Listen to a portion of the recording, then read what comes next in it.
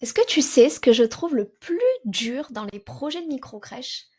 Finalement, ce n'est pas l'administratif, ce n'est pas les normes et c'est pas la banque non plus. C'est la solitude. Et tu sais quoi? Cette solitude, elle ouvre la porte à plein d'erreurs. Des erreurs qu'on ne voit même pas arriver parce qu'on a la tête dans le guidon.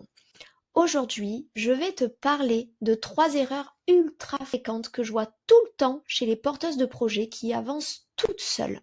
Des erreurs qui peuvent te faire perdre des mois, qui peuvent aussi te faire perdre du courage, voire même t'empêcher d'ouvrir ta micro-crèche alors que tu es totalement capable d'y arriver. Et surtout, je vais t'aider à prendre conscience de ce qui se joue derrière. Parce que ce n'est pas juste une histoire de méthode, c'est aussi et surtout une question de posture intérieure. L'erreur numéro 1, c'est de vouloir comprendre tout avant même de commencer. Celle-là, elle revient tout le temps. Tu veux bien faire, tu veux tout comprendre.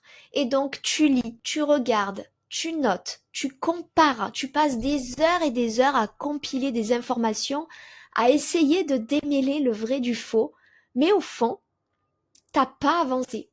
T'as l'impression d'avoir appris plein de trucs, mais t'es incapable de dire quelle est la prochaine étape concrète.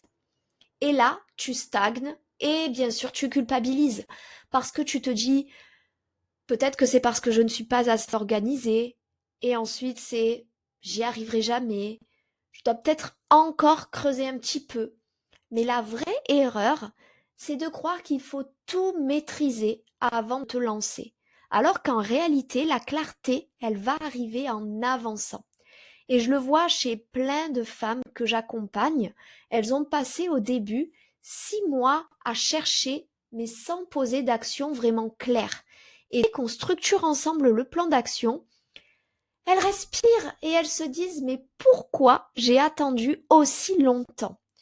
Tu ne peux pas attendre d'avoir toutes les réponses pour bouger parce que les réponses, tu vas les construire en chemin. Et surtout, plus tu repousses, plus tu laisses la peur s'installer. Et ça nous amène justement à l'erreur suivante qui est de croire que le doute est un signe que tu n'es pas prête. Ici, je vais être cash. Si tu n'as jamais douté de toi depuis que tu t'es dit je veux créer une micro-crèche, c'est louche quand même parce que le doute, il fait partie du jeu.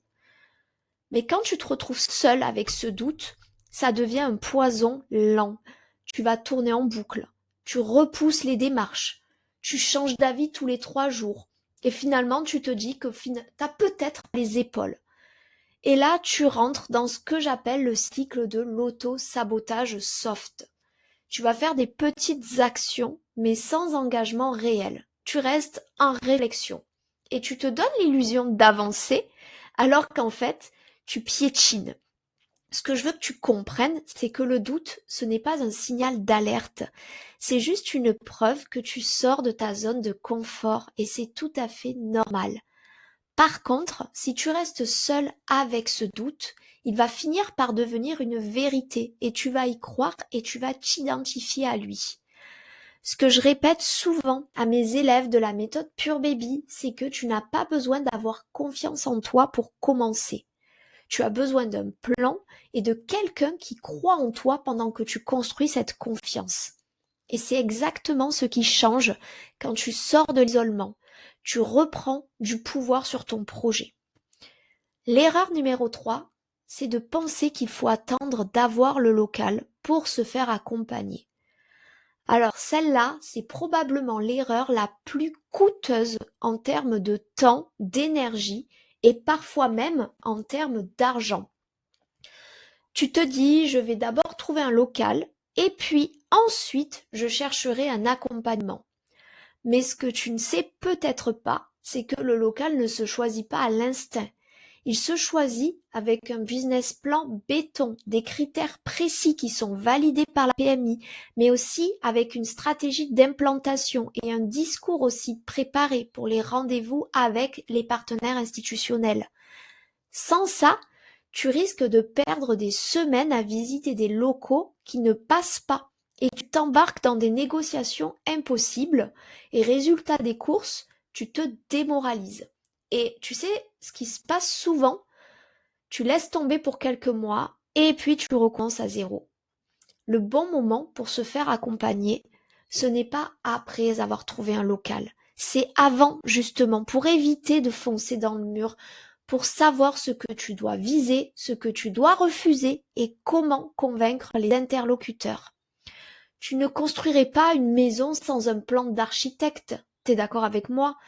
Créer ta micro-crèche, c'est la même chose. Si tu poses la première pierre sans fondation solide, tout s'écroule au premier refus.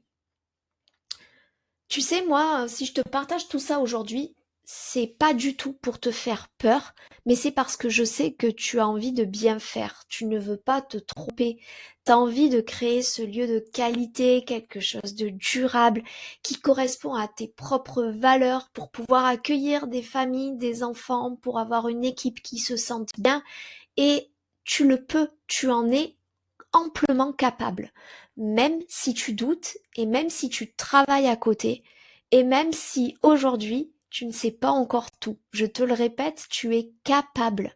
Mais pour ça, tu dois accepter une chose.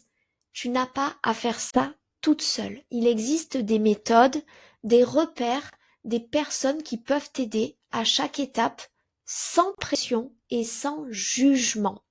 Alors, peut-être que cette vidéo, elle t'a fait réfléchir. Peut-être que tu t'es reconnu aussi dans mes propos, dans les erreurs aussi que tu commets peut-être actuellement. Et si c'est le cas, garde une chose en tête.